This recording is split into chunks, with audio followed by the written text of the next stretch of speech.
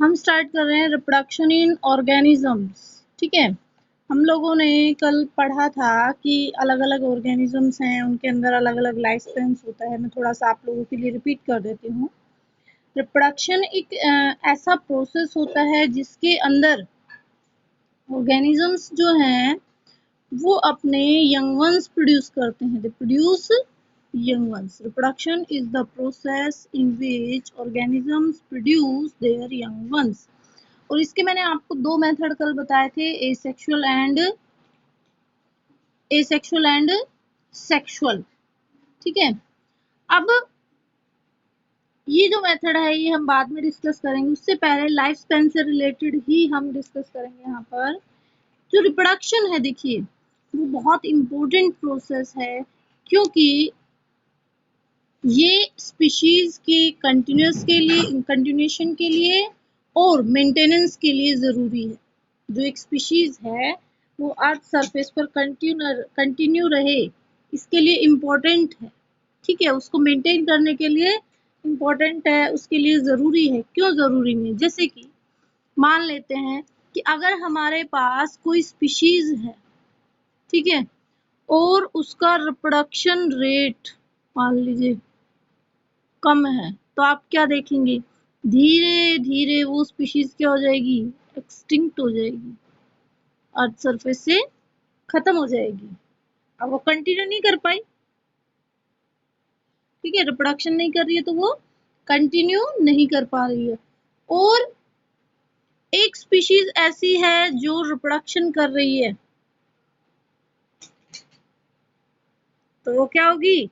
Maintain हो जाएगी earth surface पर, और उसकी स्पीशीज आप लोगों को देखने को मिलेगी अर्थ सरफेस।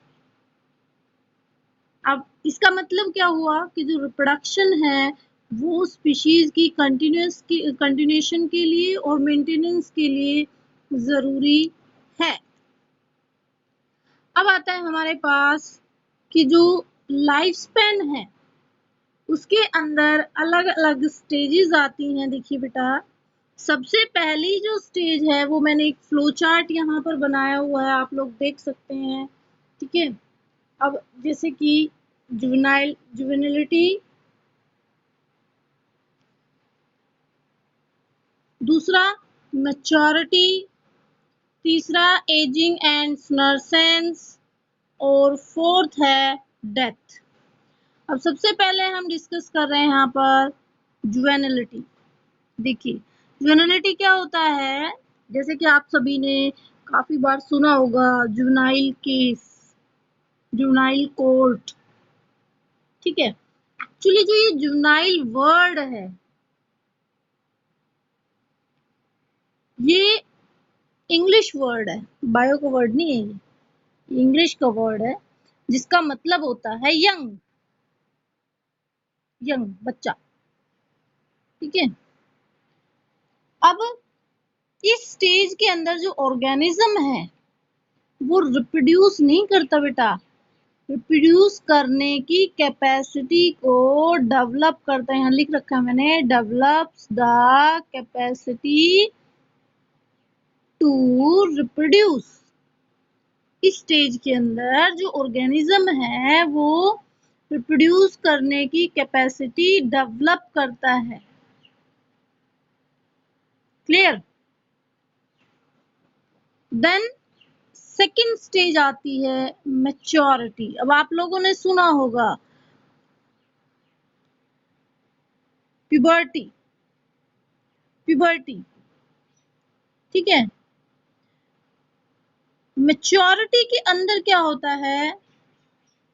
मैच्योरिटी के अंदर जो रिप्रोडक्शन है वो इस स्टेज के अंदर स्टार्ट हो जाता है। देखिए ये वर्ड बहुत जरूरी है, बिगिंस। मैच्योरिटी, या हम कह सकते हैं प्यूबर्टी एक ऐसी स्टेज है जिसके अंदर रिप्रोडक्शन स्टार्ट होता है। बिगिन मतलब यहाँ पे क्या है?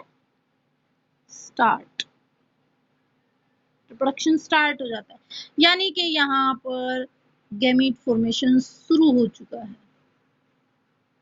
गैमीट फॉर्मेशन स्टार्ट हो जाता है। क्लियर। नाउ अब आता है, अब हम कई बार बात करते हैं कि जैसे ह्यूमन बीइंग्स की बात कर लेते हैं भाई, मेच्योरिटी का साइन क्या है? मेच्योरिटी का साइन है मेल्स और फीमेल्स के अंदर गैमीट फॉर्मेशन, ठीक है।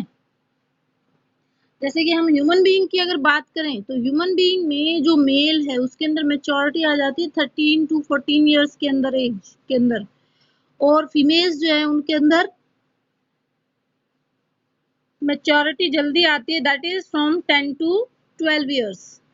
फीमेल में होती है ये, मेल के अंदर आती है 13 to 14 इयर्स के अंदर, और फीमेल के अंदर आती है 10 to 12 इयर्स के अंदर, ठीक है। अब यहाँ पर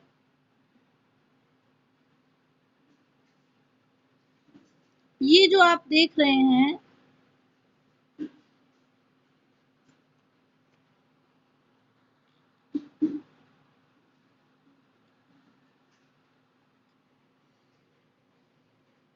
एक बहुत बड़ा डिफरेंस है दोनों के अंदर। ये क्या डिफरेंस है? देखिए, फीमेल में जो मेच्योरिटी है बेटा वो जल्दी आती है, मेल के अंदर मेच्योरिटी लेट आती है। अब हम नेक्स्ट प्रोसेस डिस्कस करेंगे एजिंग, नेक्स्ट स्लाइड के अंदर।